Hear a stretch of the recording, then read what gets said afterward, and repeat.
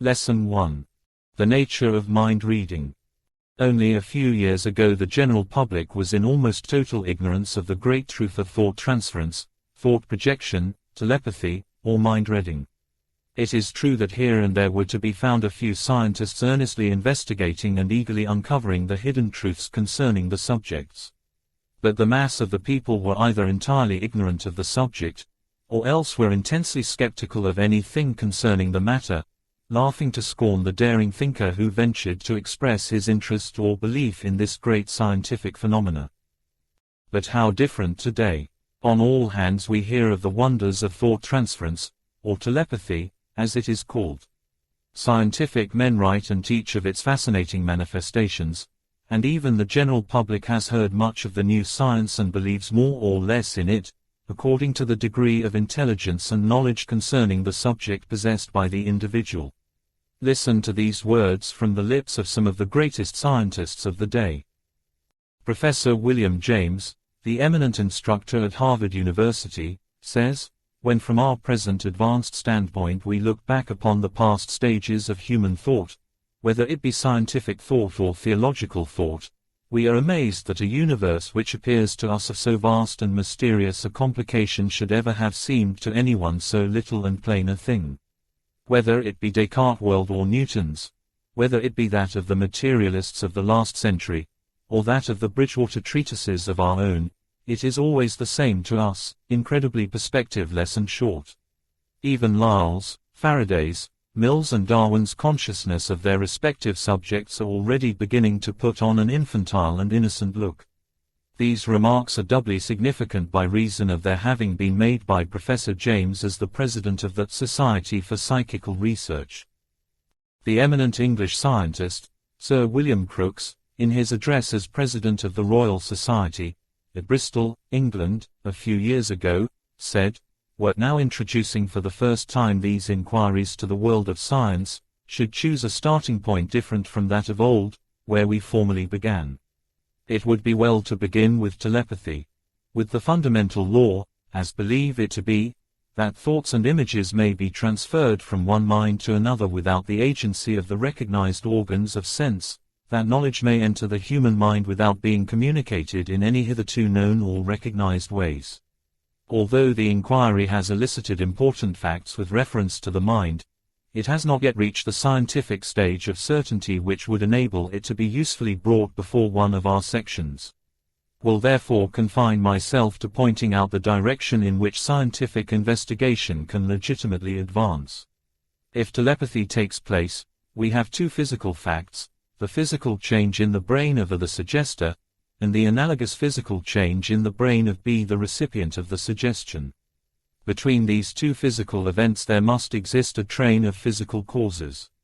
Whenever the connecting sequence of intermediate causes begins to be revealed, the inquiry will then come within the range of one of the sections of the British Association. Such a sequence can only occur through an intervening medium. All the phenomena of the universe are presumably in some way continuous, and it is unscientific to call in the aid of mysterious agencies when with every fresh advance in knowledge, it is shown that ether vibrations have powers and attributes abundantly equal to any demand, even the transmission of thought. Professor Crookes then went on to say, "It is supposed by some physiologists that the essential cells of nerves do not actually touch, but are separated by a narrow gap which widens in sleep while it narrows almost to extinction during mental activity. This condition is so singularly like that of a Branly or Lodge coherer, a device which has led Marconi to the discovery of wireless telegraphy, as to suggest a further analogy. The structure of brain and nerve being similar, it is conceivable that there may be present masses of such nerve coherers in the brain whose special function it may be to receive impulses brought from without through the connecting sequence of ether waves of appropriate order of magnitude.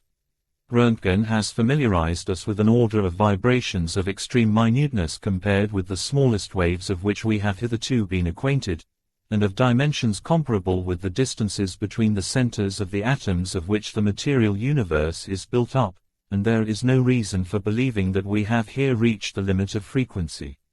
It is known that the action of thought is accompanied by certain molecular movements in the brain, and here we have physical vibrations capable from their extreme minuteness of acting directly upon individual molecules, while their rapidity approaches that of the internal and external movements of the atoms themselves. A formidable range of phenomena must be scientifically sifted before we effectually grasp a faculty so strange, so bewildering, and for ages so inscrutable, as the direct action of mind on mind. It has been said that nothing worth proving can be proved, nor yet disproved. True this may have been in the past, it is true no longer. The science of our century has forged weapons of observation and analysis by which the veriest tyro may profit. Science has trained and fashioned the average mind into habits of exactitude and disciplined perception, and in so doing has fortified itself for tasks higher, wider and incomparably more wonderful than even the wisest among our ancestors imagined. Like the souls in Plato's myth that follow the chariot of Zeus, it has ascended to a point of vision far above the earth. It is henceforth open to science to transcend all we now think we know of matter, and to gain new glimpses of a profounder scheme of cosmic law. In old Egyptian days a well-known inscription was carved over the portal of the temple of Isis: Elam, whatever has been, is, or ever will be, and my veil no man hath yet lifted. Not thus do modern seekers after truth confront nature, the word that stands for the baffling mysteries of the universe. Steadily, unflinchingly, we strive to pierce the inmost heart of nature, from what she is, to reconstruct what she has been, and to prophesy what she yet shall be. Veil after veil we have lifted, and her face grows more beautiful, august and wonderful with every barrier that is withdrawn. Camille Flammarion, the eminent French astronomer, is a believer in thought transference and mind reading, and has written the following expression of his convictions on this subject. We sum up, therefore, our preceding observations by the conclusion that one mind can act at a distance upon another, without the habitual medium of words or any other visible means of communication. It appears to us altogether unreasonable to reject this conclusion if we accept the facts. There is nothing unscientific, nothing romantic, in admitting that an idea can influence the brain from a distance. The action of one human being upon another, from a distance, is a scientific fact. It is as certain as the existence of Paris, of Napoleon, of oxygen, or of Sirius. The same authority has also said, there can be no doubt that our psychical force creates a movement of the ether, which transmits itself afar like all movements of ether and becomes perceptible to brains in harmony with our own. The transformation of a psychic action into an ethereal movement, and the reverse, may be analogous to what takes place on a telephone, where the receptive plate, which is identical with the plate at the other end, reconstructs the sonorous movement transmitted, not by means of sound, but by electricity. We have quoted at length from this eminent authority to show once and for all that this great science of mind reading is recognized, and approved of by the highest authorities on modern science, and also to give our students the benefit of the current scientific theories upon the subject. In this work we have but very little to say about theory, but shall confine ourselves to facts and actual instruction. Science knows and has proven that thoughts may be and have been transmitted from one mind to another, in some cases over thousands of miles of space, but it has not as yet solved the mystery of the why of the subject, and contents itself with explaining the how. The nearest approach to a correct theory seems to be the one which compares the mind with the wireless telegraph, and which supposes that the vibrations of thought travel through the ether, just as do the waves of this high order of electricity. The mind of one person acts like a transmitter of the wireless telegraph, while the mind of the other acts as a receiver of the same set of instruments. There are undoubtedly vibrations set up in the brain when one thinks, and there are undoubtedly waves of thought just as there are waves of electricity. Science informs us that there is an increase of temperature in the human brain during periods of thought activity, and also that there are constant chemical changes in the structure going on when the brain cells are active. This is akin to the generation of electricity in a battery, and undoubtedly acts in the same way in producing vibrations, and transmitting them to the brain of another. Sir William Crookes, in the address just quoted, points out the direction of the scientific theories concerning the matter. But, This is all that we shall have to say about the theory of mind reading. We shall now pass on to the actual practical instruction. The student is asked, however, to always carry in his mind the fact that mind travels in waves from one brain to another just as electricity travels from the transmitter to the receiver. By holding this picture in your mind, you will have the whole practical theory, in condensed form, right before you, so that you may be able to act accordingly. Lesson 2. The Proofs of Mind Reading. As we have said in the previous chapter, the general public is gradually awakening to the knowledge of the reality of mental transference, and it is scarcely necessary to devote the time and space to a proof of the reality of the phenomena in these days, although a few years ago a work on the subject would have had to be composed principally of evidences and proofs. But, nevertheless, it may be well for us to take a hasty look at the nature of the proof in this work. Nearly everyone has had evidence of mind reading or thought transference in his or her own life.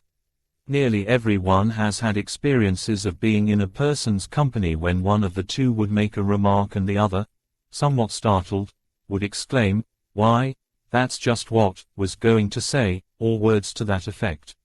Nearly everyone has had experiences of knowing what a second person was going to say before the person spoke. And, likewise common is the experience of thinking of a person a few moments before the person came into sight.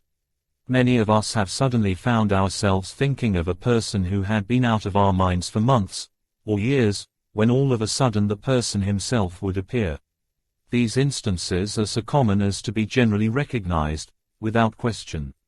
These occurrences have given rise to the two common sayings, viz., "Speak of the devil and his imps appear," or "Speak of angels and you hear the rustle of their wings."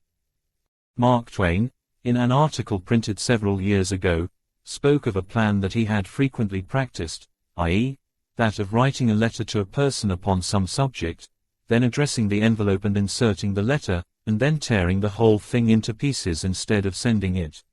He stated that in a large percentage of such cases he would receive within a short time a letter from the person to whom the destroyed letter had been addressed, answering the questions asked, or else speaking along the same lines as those of the destroyed letter. We have known of this experiment being tried on people thousands of miles away from the writer, and also in cases in which the other person had not been heard of for many years. There is a field open for experiment along these lines which some of our students might investigate with profit and satisfaction. Perhaps the best available evidence of mind reading at the disposal of the public today is that found in the records of the English Society for Psychical Research. The experiments of the members of this society and other investigators have resulted in the piling up of a mass of facts more than sufficient to fully establish the correctness of the theory of mind reading. Series of carefully managed experiments have been conducted, the results of which have conclusively proven that the thought waves set into motion by the mind of one person may be consciously received by the mind of another. We shall quote here from the reports of those investigators, in order to show you the important results that have been obtained, and to set at rest forever any lurking doubts as to the reality of the phenomena which may still find lodgment in your mind.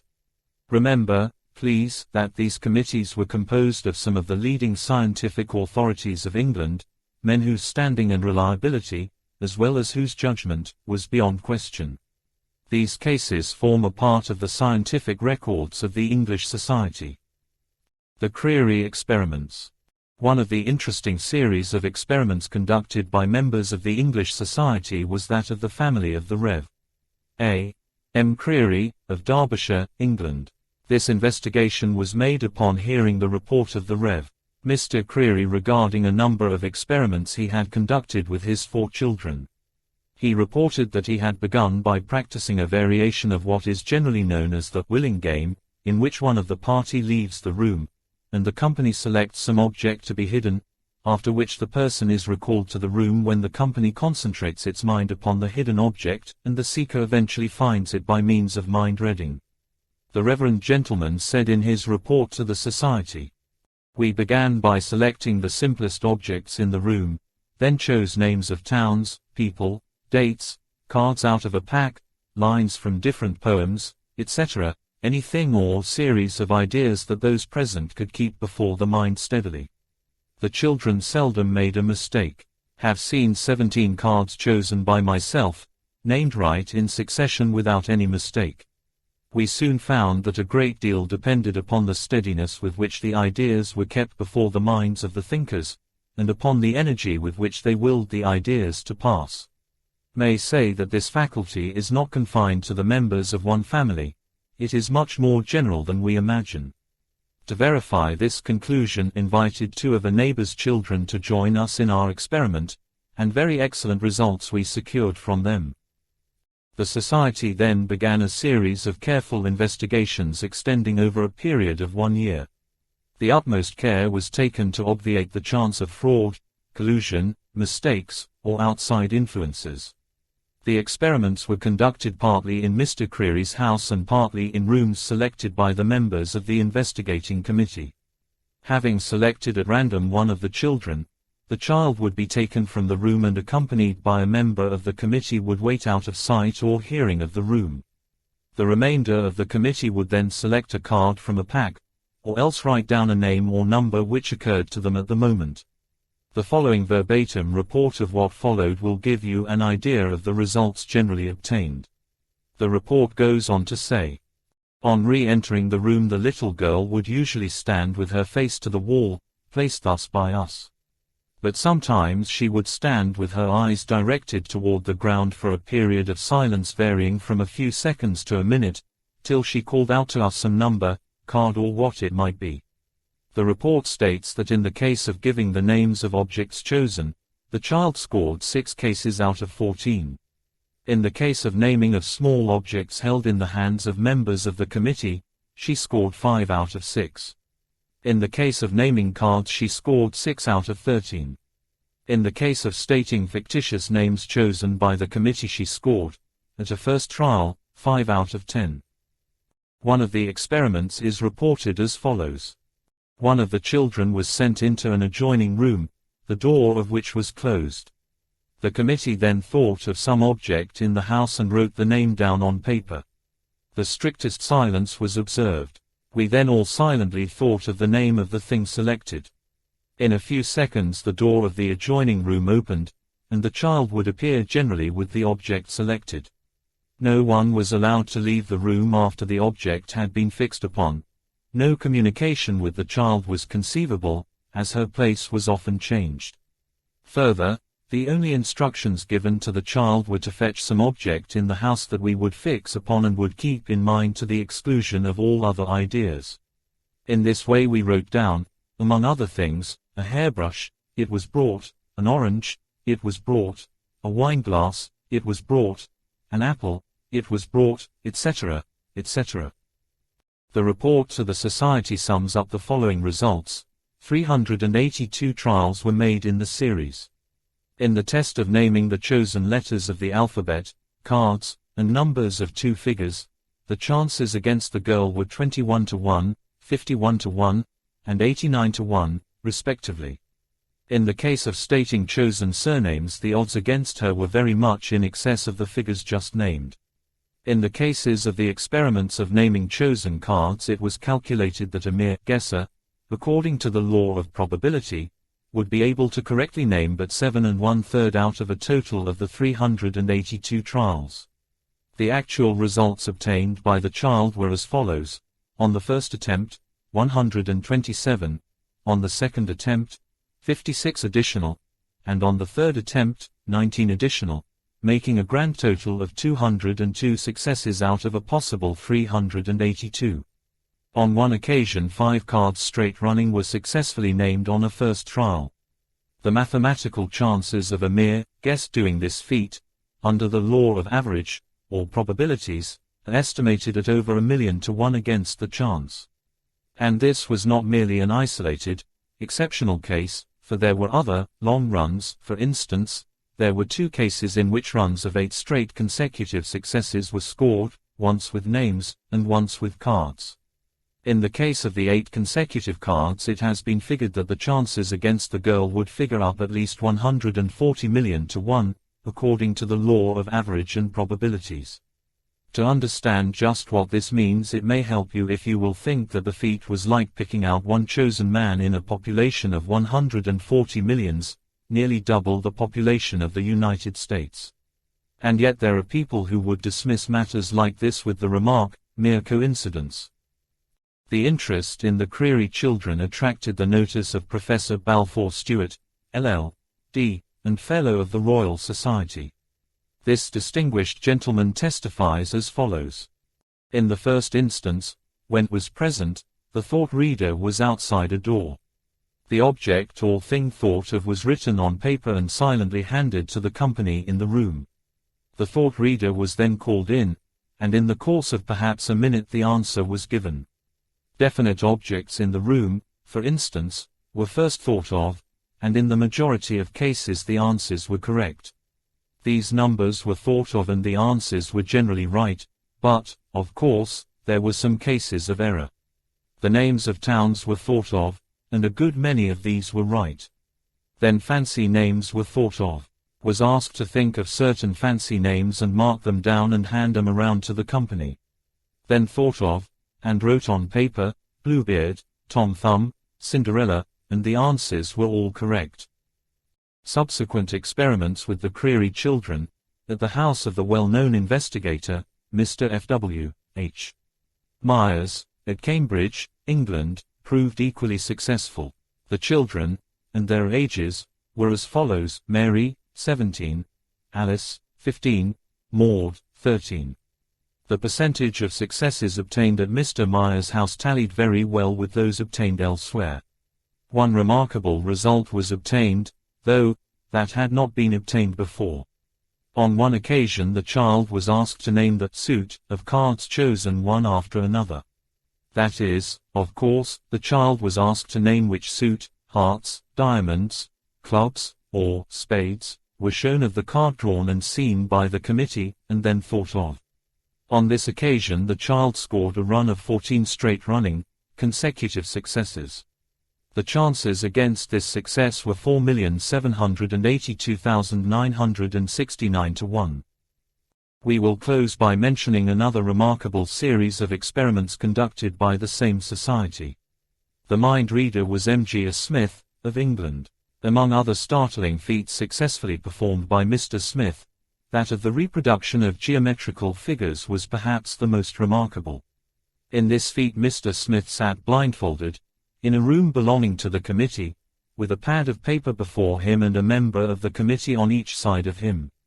A selected member of the committee then would go outside of the room, and behind a closed door would draw some geometrical figure at random. Returning to the room, the figure would be shown to the committee, and also to Mr. Douglas Blackburn, who acted as the transmitter for Mr. Smith, the latter being known as the receiver. The transmitter, with closed eyes, now took his position immediately back of Mr. Smith, but at a distance of 2 feet from him, no contact being allowed, this precaution being taken to obviate charges of confederacy, etc. The transmitter would then concentrate his mind intently for a few minutes, and in a short time Mr. Smith would receive the impression of the mental image in the mind of the transmitter, and would begin to attempt to reproduce it on paper. In the series of experiments running over a period of 4 days 37 drawings were made, of which only 8 were considered unsuccessful. 29 successes out of a possible 37, remember. The committee reports that it took all the precaution to guard against secret signals, etc., and that confederacy, fraud, collusion, or similar methods were out of the question. The 8 cases of failure consisted of 4 cases in which Mr. Smith received no impression, and therefore could not reproduce the drawing, and 4 cases in which the drawing was so vague and imperfect as to be called a total failure. Some of the figures were grotesque, unusual, and complicated, but all were reproduced in a more or less perfect manner. The drawing was made deliberately and without hesitation, and as if Smith had actually seen the figure shown to the transmitter a few moments before. On one occasion, in order to be doubly guarded against collusion, they closed Mr. Smith's ears with putty, tied a bandage around his eyes and ears, pulled a bolster case over his head, and then covered him all over with a blanket which completely enveloped his body and head.